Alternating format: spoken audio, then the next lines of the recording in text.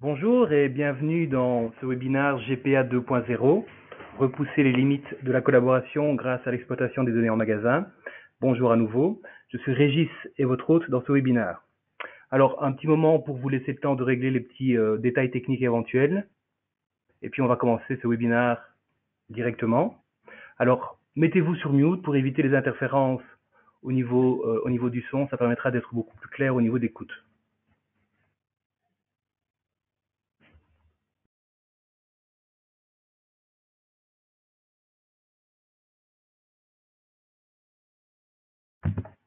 Donc là, je suppose que tout le monde est OK. C'est parti. Quelques détails pratiques. Le webinaire durera 45 minutes. Si vous avez des questions, nous vous demandons de les garder pour la fin. On a prévu un petit slot à la fin de ce webinaire pour pouvoir justement répondre à toutes vos questions. Pour le reste, je l'ai dit, mettez-vous en mute et puis je pense qu'on peut commencer. C'est le webinaire. Donc le suivant, c'est la présentation des deux orateurs. Donc je vous présente Philippe Funken et Dirk de Jong de True Commerce Data Alliance. Philippe est en fait le Sales Director IMEA. À ce titre, il est passionné par la GPA. Il est en contact quasi quotidien avec des acteurs majeurs du FMCG, du retail et de l'industrie. Et donc, ça lui permet d'avoir vraiment une vue assez pointue de la manière dont les choses fonctionnent au niveau de la GPA et surtout de la manière dont on peut les optimiser.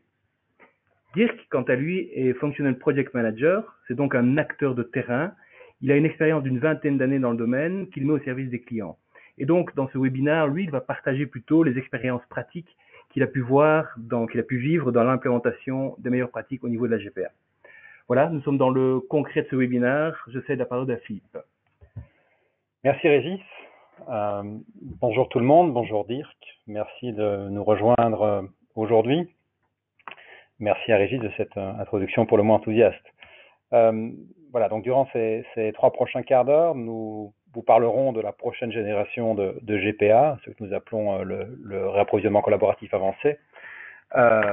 Plus spécifiquement, nous vous expliquerons comment ce nouveau processus de réapprovisionnement collaboratif se base sur et complète quelque part le processus de GPA traditionnel. Ensuite, la philosophie qui le sous-tend et qui sous-tend la manière dont nous développons notre solution chez True Commerce Data Alliance. Les bénéfices que cette philosophie et que ces développements apportent à nos clients, tant les fournisseurs que les distributeurs, et cela au moment même où nous parlons. Ensuite, nous passerons au défi qu'il nous reste encore à gagner ensemble, sachant que la GPA traditionnelle n'a évidemment pas pu tout résoudre encore au niveau des performances que nous attendons quant à la supply chain distributive. Donc quelque part, et pour être simple, les raisons qui nous ont poussé à développer cette approche de demande basée ou de réapprovisionnement basé sur la demande magasin, et ce qui la permet surtout. Ensuite, nous entrerons, grâce à Dirk, dans la solution en tant que telle, ses principes fondateurs, le chemin aussi de recherche que nous avons pu mener avec certains clients tests, et puis nous conclurons avec quelques mots très peu, rassurez-vous, sur True Commerce Data Alliance en tant que société. Voilà, j'enchaîne directement sur notre objectif, et cet objectif reste le même quelque part, qu'il s'agisse de la GPA traditionnelle ou du processus de rapprovisionnement collaboratif avancé. Il est, grâce à notre solution, d'améliorer la collaboration entre fournisseurs et distributeurs, d'améliorer et d'accroître aussi, afin d'accroître la performance de ce couple inséparable, tant en matière d'indicateurs de performance clés au niveau de la supply chain qu'au niveau de la performance économique. Nous parlons de la bottom line, mais aussi des coûts évidemment encourus. Alors, comme je le disais tout à l'heure, partir de la GPA traditionnelle, qui reste évidemment centrale à tout ce que nous faisons, un concept que vous connaissez tous probablement, qui est que la GPA en tant que process est plutôt simple et directe, et cependant extrêmement puissante, puisqu'elle renverse l'ordre habituel des choses, sachant qu'elle est le processus par lequel le fournisseur génère les commandes sur la base d'objectifs conjointement définis et de l'information de demande envoyée par le client ou distributeur. Peut-être pour définir cela encore un peu plus avant, dire que tu pourrais m'aider à reparcourir le flux de données qui supporte ce processus. Bien sûr, Philippe. True Commerce Datelines se situe entre le fournisseur et le distributeur. Et une fois que le système GPA est alimenté par le registre des articles fournisseurs, nous comptons recevoir un journal de mouvement au quotidien depuis le distributeur. Donc, ce journal va contenir des infos sur le stock, l'encours et la sortie de la journée pour chaque dépôt distributeur. Donc, dans le dessin ici, on l'appelle souvent aussi l'inventory report, le rapport d'inventaire. Ces données vont nous permettre de calculer une suggestion de commande que l'intervenant GPA va reviser, éventuellement modifier. Et s'il est content avec la suggestion finale, il va lancer la commande qui va émettre des messages EDI vers le fournisseur et si besoin aussi vers le distributeur, ainsi de suite. Merci Dirk. Alors, ce qui fait plutôt nos affaires, c'est que tant ce processus traditionnel et qui est évidemment de très loin le processus majoritaire au jour d'aujourd'hui, sert visiblement les attentes de l'industrie, du marché, des fournisseurs, des distributeurs, tout comme le processus à venir, et nous vous le présenterons aujourd'hui, celui de la GPA basée sur la demande magasin, servira et sert déjà au moment où nous parlons. Et c'est assez intéressant de voir que des analystes tels que Gartner résument ces attentes d'une manière qui est très clairement alignée sur ce que nous faisons chez True Commerce Data Alliance. C'est simplement le fait de, et vous m'excuserez d'avoir préservé en anglais pour des raisons de copyright, c'est le fait d'explorer des méthodes, plus de méthodes de collaboration afin de collaborer et de travailler ensemble avec les partenaires tout au long de la chaîne de distribution et d'accroître ce faisant les connexions tant vers les fournisseurs que vers les clients.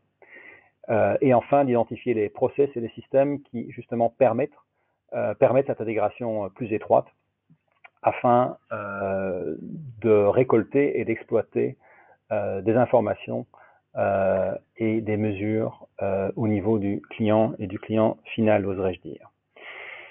Maintenant, vous vous souvenez probablement de ce que j'ai mentionné lors de l'introduction quand je parlais de la philosophie qui sous-tend le développement de solutions et notre approche générale auprès de True Commerce Data Alliance.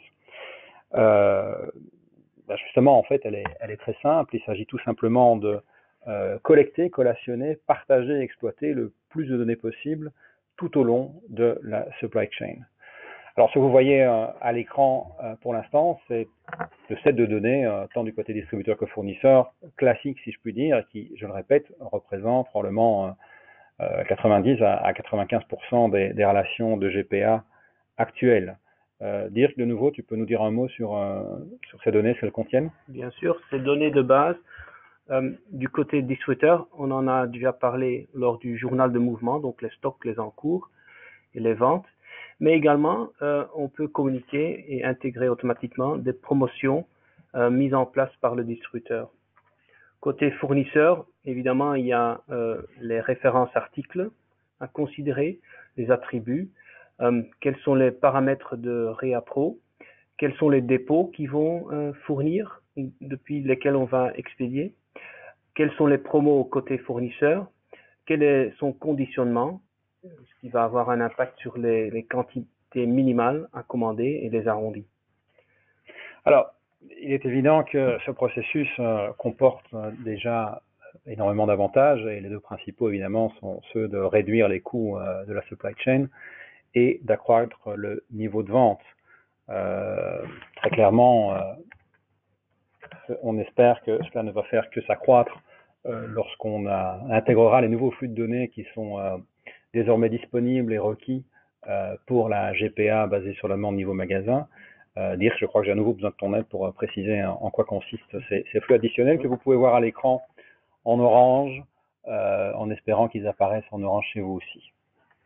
Oui, donc par exemple, depuis 5 ans déjà, du côté fournisseur, donc côté droit, nous avons la capacité d'intégrer True Commerce Datelines avec des outils avancés d'optimisation de charge du côté du fournisseur. Aussi, on peut intégrer des commandes EDI sur le système ERP du fournisseur et on les intègre afin de les consolider dans un transport avec des commandes générées par le système GPA. Mais ce dont nous voulons parler aujourd'hui se trouve du côté distributeur, donc à gauche. notamment la capacité d'intégrer des transferts dépôts vers les supermarchés sur le réseau du distributeur. Ça peut être des transferts existants, mais surtout, nous sommes intéressés dans les transferts prévus dans le futur. Merci Dirk. Les bénéfices mesurables et mesurés que vous pouvez attendre de ce processus sont très clairs et sont représentés par 5 piliers essentiels que nous le savons, vous mesurez tous de manière constante. D'abord, c'est le niveau de rotation du stock. Et il est évident que par la rationalisation de l'inventaire qu'amène cette approche, nous attendons à ce que la rotation soit supérieure, puisque moins d'inventaire sera nécessaire, alors que, et je passe au deuxième pilier, nous verrons moins de ruptures, puisque l'accroissement de l'échange de données, tant en termes de volume qu'en termes de qualité, consent une visibilité majeure, et qui dit meilleure visibilité, dit aussi meilleure prévision, dès lors moins de ruptures. Par ailleurs, un système performant qui est mieux approvisionné en données, et en données toujours à jour, permettra aussi à vos gestionnaires de flux d'avoir moins à intervenir et surtout à modifier le type d'intervention. Il s'agira d'apporter des interventions de type valeur ajoutée et non plus de type administratif. Donc le système, pour être tout à fait clair et trivial, propose des commandes qui requièrent désormais très peu de révision. Même chose au niveau des retours, évidemment. La bonne marchandise au bon moment, au bon endroit sera vendue et n'a pas besoin d'être reprise le cas échéant. Et enfin, ce qui nous intéresse probablement tous, à nouveau, la bonne marchandise dans le bon rayon au bon moment vous permet de prévoir et donc de répondre à la demande client finale de la manière la plus efficace et la plus efficiente qu'il soit. Alors, cela étant dit, et malgré les résultats que nous observons auprès de nos clients, il reste, comme je le disais tout à l'heure, des défis encore à gagner et évidemment une marge d'amélioration relativement importante. Et nous désirons évidemment amener notre pierre à l'édifice. Les défis qui restent à gagner, pour nous et pour l'instant, sont encore de trois ordres. Le premier, c'est celui d'accroître la réactivité face aux variations de la demande. Nous pensons qu'il est possible d'être plus rapide et plus précis lorsque la demande varie de manière fréquente et rapide. Ensuite, c'est de travailler davantage à la réduction des ruptures de stock. Nous observons des catégories, des typologies de produits qui présentent, malgré les efforts importants fournis de part et d'autre, donc du distributeur et du fournisseur, qui demeurent trop élevés. Troisième point important, les niveaux d'inventaire et les coûts évidemment qu'ils comportent restent aussi inutilement élevés. Ce sont évidemment les drivers quelque part qui ont mené à notre réflexion. Alors, pour vous expliquer la manière dont nous pensons que le réapprovisionnement collaboratif avancé basé sur le demande magasin peut répondre et je le répète, amener sa contribution positive à ces différents défis, nous allons maintenant rentrer dans la description de la solution et du cheminement que nous avons suivi pour arriver à un concept abouti. Je passe maintenant la parole à Dirk pour une longue ligne droite. Merci Philippe. En tant que fournisseur de solutions, souvent, nous accompagnons nos clients, les fournisseurs, lors de leur visite auprès de la grande distribution, et ceci pour apporter nos connaissances au projet de supply chain qu'ils désirent démarrer. Alors, en Europe ainsi qu'aux États-Unis, nous constatons que les retailers commencent à investir dans des outils de prévision de haute performance. Alors, les mots-clés qui tombent souvent lors de nos conversations sont par exemple machine learning, l'intelligence artificielle, des effets de cannibalisation et des effets de halo.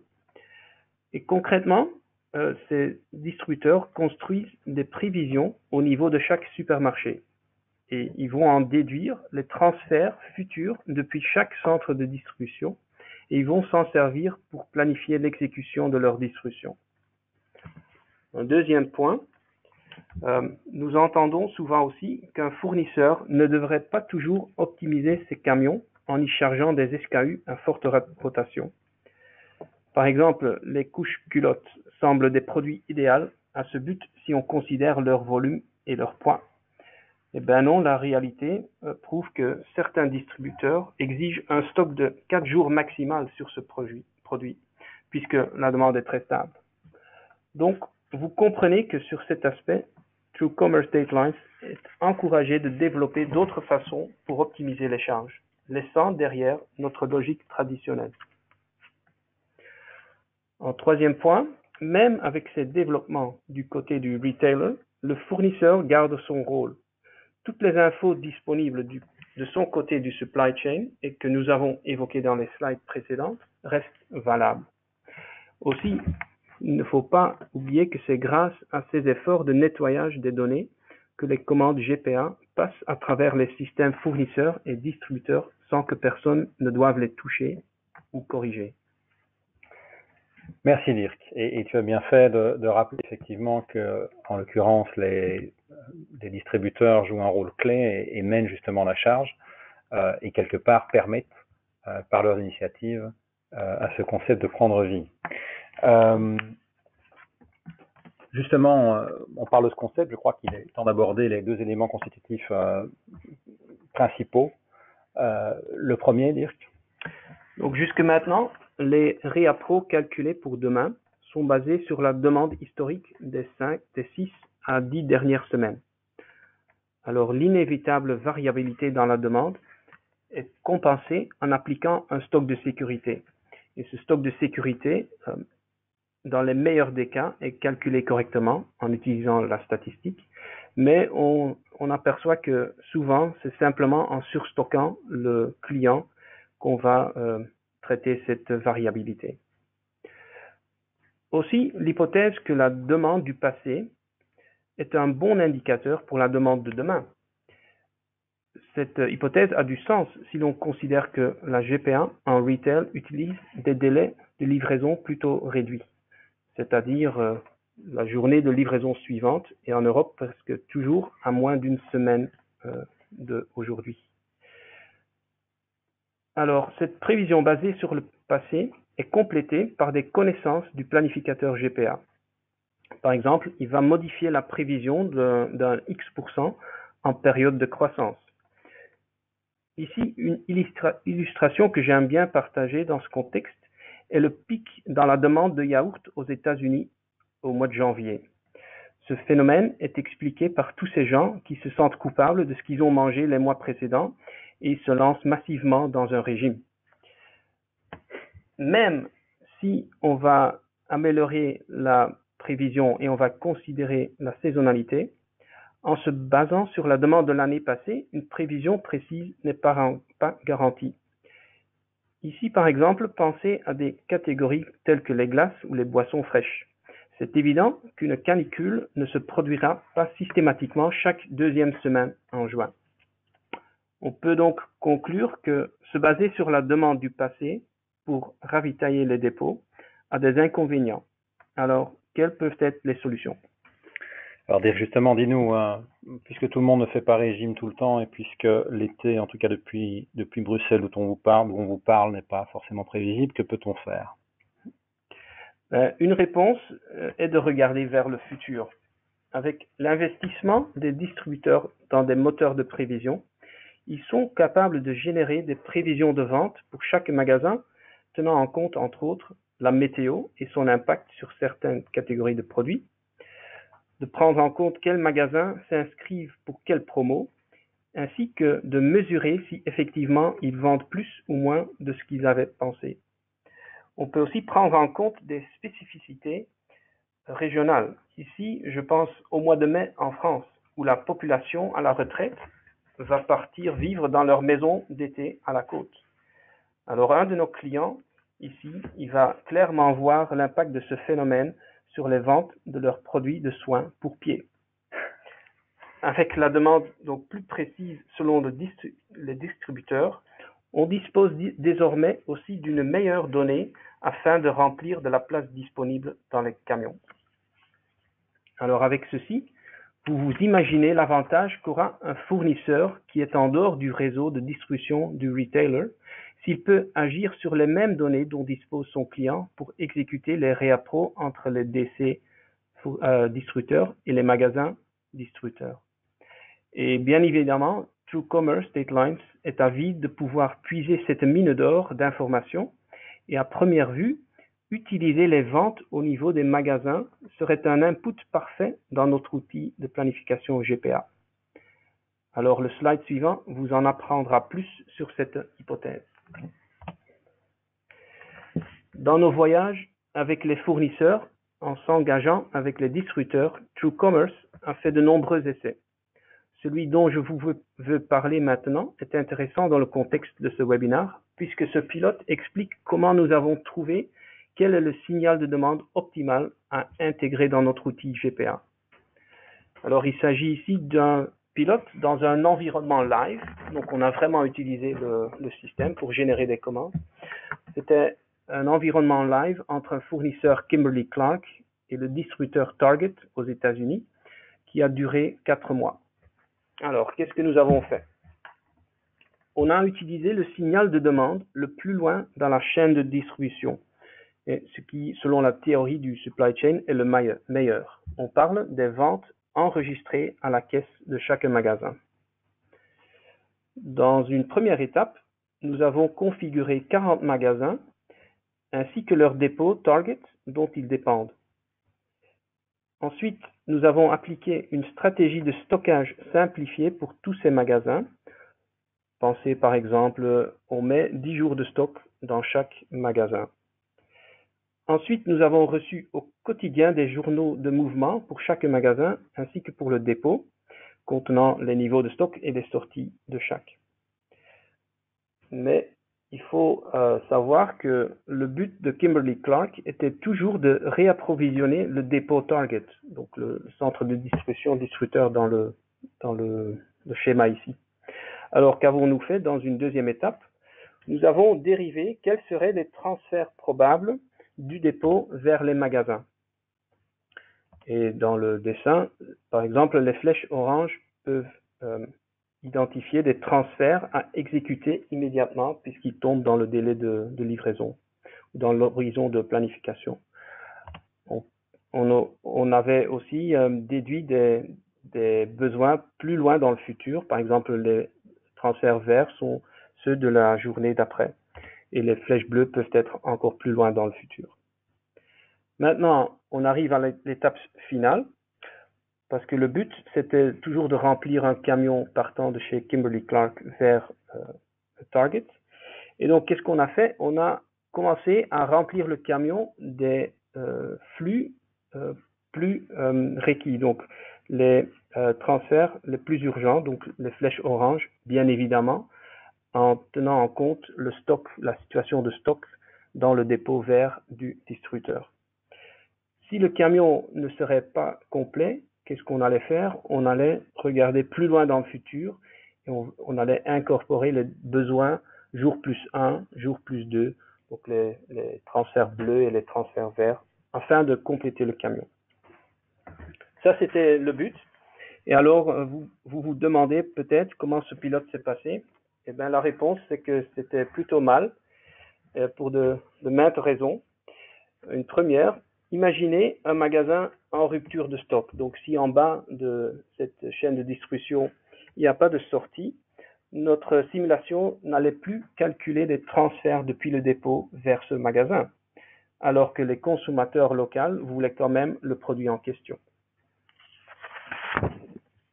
Figurez-vous aussi qu'une personne, une seule personne côté fournisseur, doit gérer toutes les données et toute la configuration pour 40 magasins. Par exemple, rien que gérer les nouveautés envoyées sur un journal de mouvement, toutes ces nouveautés doivent être détectées et elles nécessitent un stock initial rayon à être configuré. Aussi, la stratégie de stocker 10 jours dans chaque magasin ne prenait ni en compte les différences régionales, ni les différences entre les groupes de produits. Ensuite, pour les promos, la simulation ne prenait pas en compte quel magasin était inscrit ou non pour une promo spécifique. Et puis finalement, comme exemple très pratique, il y a eu des cas où un article commençait à sortir à toute allure puisque le chef de rayon avait décidé de placer le produit à l'en-tête de gondole sans nous en avertir. Alors, quelles conclusions avons-nous tirées?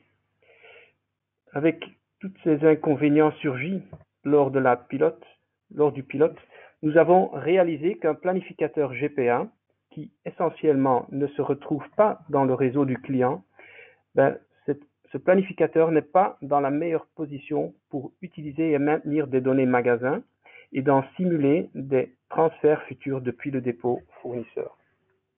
Donc en gros, nous n'allons plus regarder le stock et les sorties magasins, mais nous regardons vers le distributeur pour nous fournir des données plus précises, des données de transfert entre leur DC et leur magasin. Donc les flèches orange, vert et bleu, ne plus calculées par Datelines, mais plutôt par le système distributeur. Et lui, il est mieux placé puisqu'il dispose de plus de personnel qui gère la distribution sur son terrain et en gère la configuration dans leur système. Donc en résumé, l'input restera des sorties magasins, mais les données concrètes sur lesquelles un planificateur GPA va agir, des transferts futurs DC vers les magasins, sont au mieux produits par le distributeur lui-même. Donc même si ce pilote semble avoir échoué, nous sommes contents d'avoir été pionniers en testant cette logique, puisque cela nous a permis de développer la GPA 2.0. Voilà. Je crois qu'il y avait une remarque qui est importante quand même à souligner, une expérience clé, on a passé un peu vite. Non, je t'en prie. C'est effectivement le cheminement que nous évoquions tout à l'heure qui nous permet désormais d'arriver à une solution éprouvée et opérationnelle aujourd'hui. Alors, je pense qu'ici, il est bien de vous montrer un exemple simplifié des calculs que Datelines fait dans les deux situations. Utilisation de la demande du passé versus les données de transfert futur entre un dépôt, distributeur et ses magasins. Donc, dans le cas traditionnel, qu'est-ce qu'on va faire? On prend en compte les sorties des dernières semaines ou des derniers jours pour en déduire une prévision de, par exemple, 25 par jour. Alors, cela va servir comme input pour calculer la demande durant le délai de livraison, plus un stock de sécurité et calculer une présence sur les étagères de 150 pièces, par exemple. Ensuite, avec une situation de stockage de 70 unités dans le dépôt distributeur, plus l'encours évidemment, on serait contraint à livrer 80 de ReaPro pour ce produit spécifique. Maintenant, passons à la deuxième façon. Non, d'abord on doit remplir le camion, donc les 80 surtout vont aller dans le camion. Et la logique qu'on va appliquer si le camion n'est pas encore complet, c'est de remplir avec tous ces produits qui ont une couverture minimale. Dans le futur, on désire, donc ici on va parler du même exemple. Donc pour le même cas, se basant maintenant sur la demande magasin sur le dépôt, ce que nous faisons, c'est en fait substituer essentiellement les 3 jours de livraison, fois 25 unités dans l'exemple, la première exemple, on va les substituer par des transferts futurs selon le distributeur. Et donc pour cet exemple, juste avant un pic dans la demande, il est clair que ce calcul résulte dans une meilleure décision de réapprovisionnement. En effet, on voit qu'il y a un besoin sur les 3 jours à venir de 120 unités. Or, dans l'autre exemple, on était à 75. Et donc, on va optimiser le ReaPro. Ensuite, comment est-ce qu'on va charger les camions? Évidemment, tout ce qui doit partir, tout ce qui tombe dans l'horizon orange, le délai de livraison, va être acheminé en tenant en compte toujours les stocks dispo dans le dépôt distributeur. Le camion n'étant pas complet, on va pousser l'horizon vers jour 4 et même jour 5 si besoin pour remplir le camion. Merci Dirk. Donc, on vient de voir le concept désormais abouti. Alors, je crois qu'il est important maintenant de résumer les 2 facteurs de changement essentiels qui sous-tendent le concept. La première chose peut-être liée au système en présence, il est que D'abord, ce concept se base sur la puissance combinée des systèmes d'information distributeurs et de fournisseurs. Nous avons vu tout à l'heure que les distributeurs menaient la charge. Et un de ces points, c'est qu'ils s'attendaient justement à pouvoir partager et exploiter les données provenant des deux parties. Tu peux peut-être nous expliquer en détail ce que représente ou ce qui se cache derrière cette puissance combinée en termes de systèmes et d'information? Oui, en effet, nous espérons qu'en partageant notre expérience sur le terrain, vous comprenez maintenant pourquoi, selon TrueCommerce, le distributeur est le mieux placé pour fournir des demandes magasins sur leur dépôt. Le premier point ici. Ces données fournisseurs seront plus précises, reflétant les stratégies de stockage particuliers de chaque magasin.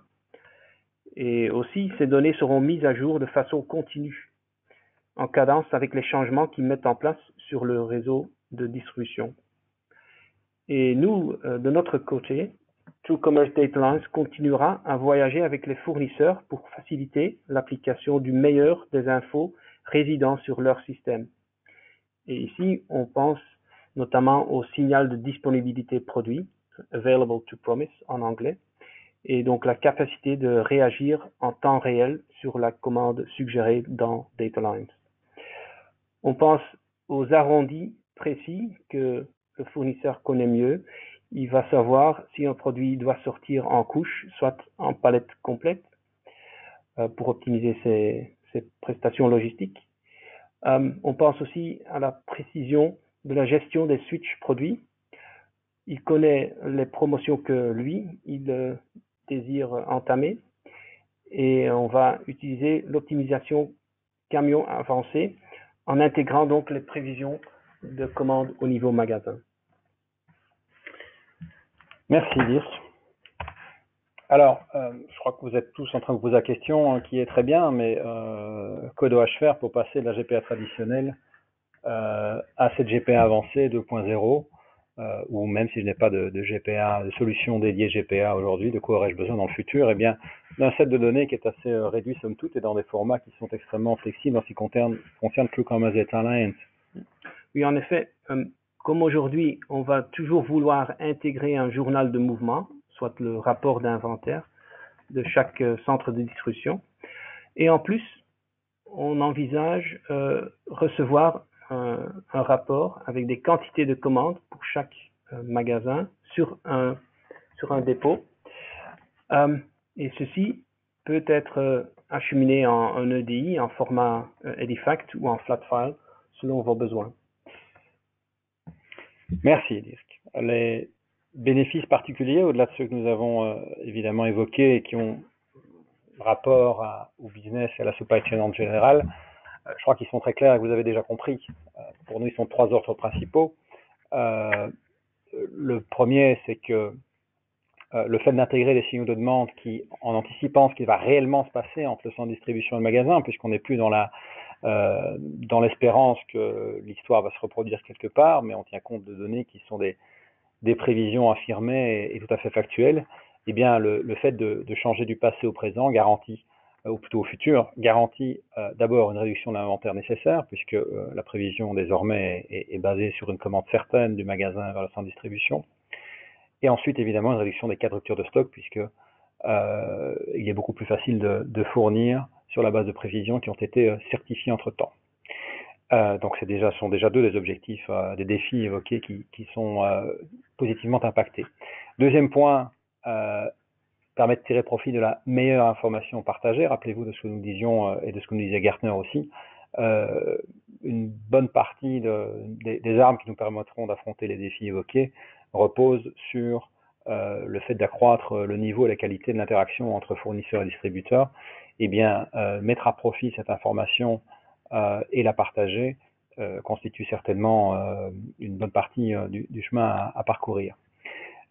Ensuite, à nouveau, ce concept permet de bénéficier de la contribution active des distributeurs à l'amélioration constante du processus de rapprovisionnement. Il y a partie contribution active, accroissement du niveau de qualité et quelque part aussi responsabilisation de tous les acteurs afin d'améliorer le rapprovisionnement en tant que tel. Voilà. Comme je vous l'avais promis tout à l'heure, peut-être quelques mots quant à Datalines, TrueCommerce. Ce qui nous différencie, et je me limiterai à cela, D'abord, c'est notre capacité à innover.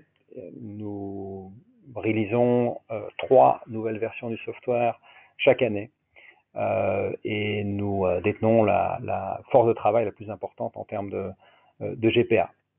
Ensuite, le service qui entoure notre software, qui est à la fois holistique et spécifique. Holistique parce que nous suivons nos clients bien avant même le début de la collaboration active, durant cette collaboration jusqu'à l'extension du footprint de relations entre distributeurs et fournisseurs, et spécifique parce que nous servons probablement 9 des 15 premières compagnies, si je pense au FMCG, mais en général une bonne partie du paysage des principales sociétés et des plus performantes de ces sociétés au niveau global, ce qui permet d'avoir des spécialistes qui sont formés par secteur et qui sont en mesure de benchmarker la performance de notre organisation par rapport à nos autres clients.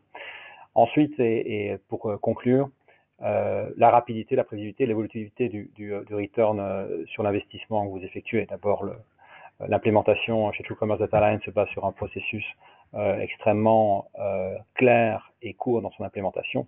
Ensuite, nous faisons en sorte que vous puissiez démarrer de manière modeste et puis étendre de manière plus ou moins importante le footprint GPA existant. Voilà, Régis, je crois que le moment est venu de te rendre la parole et je crois que nous allons enchaîner sur les quelques questions qui nous attendent déjà, si je me trompe. Exactement. Merci Dirk, merci Philippe, merci pour le respect du timing. Il est 40, nous sommes exactement dans le temps qui était prévu. Effectivement, j'espère que pour tout le monde, tous les participants, ces explications étaient extrêmement claires. Et c'est l'occasion effectivement peut-être de passer à la partie questions. Si vous avez des questions spécifiques sur ce qui vient d'être dit ou sur votre expérience, c'est le moment d'y aller. Alors, je propose peut-être qu'on commence par les questions que nous avons reçues par mail avant le début de ce webinaire, voir si c'est Dirk ou Philippe qui va y répondre. Alors, la première question, comment convaincre mes partenaires de passer au niveau suivant dans la gestion collaborative? Philippe, allez, je me lance pour celle-là. Alors d'abord, je parlais de services holistiques. Il faut savoir que nos clients ne sont pas seuls dans le cadre de l'animation des relations avec leurs trading partners, leurs partenaires au long de le supply chain, que ce soit distribution ou fournisseurs, que ce soit par la méthodologie que nous mettons en place, mais aussi par le fait que nous sommes disposés et habitués quant au fait de faciliter les échanges, le monitoring de la performance et tout simplement la définition d'un programme de GPA avancé qui puisse répondre aux objectifs des différentes parties en cause. Pour le reste, il s'agit de bon sens tout simplement. Nous conseillons toujours de choisir un partenaire qui partage des objectifs stratégiques à moyen long terme qui soient identiques, alignés sur les vôtres. Ensuite, il s'agit d'un partenaire qui évidemment doit présenter des potentialités d'amélioration raisonnables. Et troisièmement, qui est aussi des dispositions technologiques moyennes pour les zones géographiques auxquelles nous nous référons. Donc la capacité de mettre à disposition un set de données raisonnable et semblable à celui que nous avons exposé, même si nous sommes habitués à prendre en compte des niveaux de sophistication technologique différents. Le dernier point, qui est vraiment hors concours et qui est essentiel, c'est la confiance. Je parlais de stratégie alignée, il s'agit aussi de pouvoir communiquer de manière confiante afin d'organiser ce partage de données en toute transparence et de tendre vers un même but. Donc quelque part, c'est très, très similaire à ce qu'implique toute bonne collaboration entre partenaires stratégiques. D'accord. Merci. Deuxième question d'un participant. Quelles sont les sociétés qui aujourd'hui ont mis en place cette nouvelle gestion collaborative? Oui, je pense qu'on hésite de nommer des participants sur le terrain, mais ce qu'on peut dire, on peut vous dire où on est en live et où on est en concept, en phase de concept. Donc le système qu'on a expliqué est live au Benelux depuis un moment. Et en France, il va devenir, ils vont démarrer début 2019. Et TrueCommerce participe et donne son input dans les workshops entre le fournisseur et le distributeur concerné. Aussi live avec un distributeur au Texas est toujours en phase de concept avec les mêmes joueurs qu'on a présentés ici, donc Kimberly Clark et Target. Ils ne lâchent pas prise après le pilote, ils voient clair vers où nous voulons aller. Et voilà, ils participent toujours. D'accord. Et je rebondis sur la question. En quoi est-ce que vous voyez une différence d'approche entre les États-Unis et l'Europe justement dans la mise en place de cette nouvelle gestion? Ben, si on peut dire qu'aux États-Unis, leur manière de gérer leur distribution, c'est un peu plus rigide. Donc ils vont planifier et ils vont honorer l'exécution qu'ils ont planifiée. On peut pas dire qu'en Europe c'est moins rigide. Par exemple, au Benelux, il y a également des distributeurs qui, quand la journée commence à 7 heures, ils ont un plan d'exécution plutôt cristallisé et suivi, honoré. Donc, c'est-à-dire que le réseau dans son entièreté connaît les flux du jour et aussi les flux des jours à venir, qui sont donc issus du calcul MRP et aussi partagés avec True Commerce Data Lines. Ben, ceci en contraste avec, par exemple, d'autres fournisseurs ou distributeurs qui, la journée de travail, entre 8 et 11 heures du matin, ils vont débattre et changer le plan d'exécution calculé la nuit. Et ces infos, donc, ne sont pas disponibles pour le planificateur GPA, qui doit créer ses commandes vers 10, 11 heures au plus tard. Donc, qu'est-ce qu'on peut dire? Oui, je pense qu'il est clair qu'un distributeur plus organisé sera mieux placé pour partager ses demandes magasins sur leur dépôt. Donc, pas régional, mais plutôt spécifique à chaque distributeur. C'est là qu'on doit regarder. D'accord.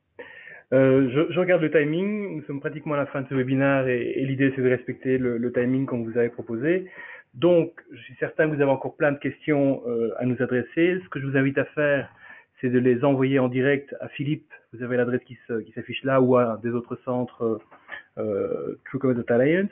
De mon côté, vous remercier pour finir à la fois Dirk, Philippe et puis vous participants surtout de votre participation à cette session. C'était un vrai plaisir pour nous d'être ici avec vous. Ça a été un long travail de préparation. Nous espérons vraiment que vous avez pris aussi beaucoup d'intérêt à suivre ce webinaire.